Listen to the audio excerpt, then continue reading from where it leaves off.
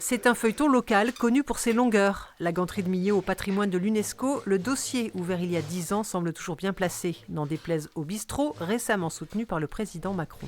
Il faut savoir qu'aujourd'hui, c'est le ministère de la Culture qui décide.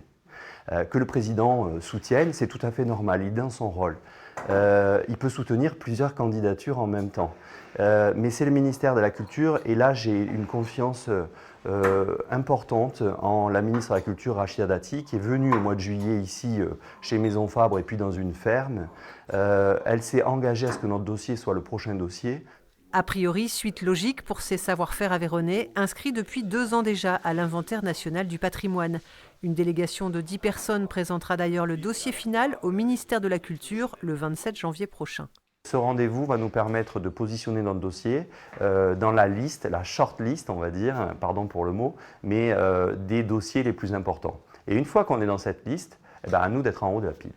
À Paris, il s'agira plus largement de mettre en avant toute une filière. Les éleveurs font évidemment partie du dossier.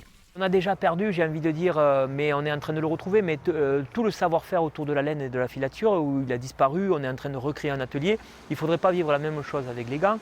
Et c'est pour ça que c'est important de s'appuyer sur ce qui existe déjà, le redynamiser pour qu'ils vivent demain et pouvoir le transmettre. Enfin, il faudra encore un peu de patience. Si tout suit son cours, la ganterie du pays de Millau devrait être reconnue patrimoine mondial de l'UNESCO en 2028.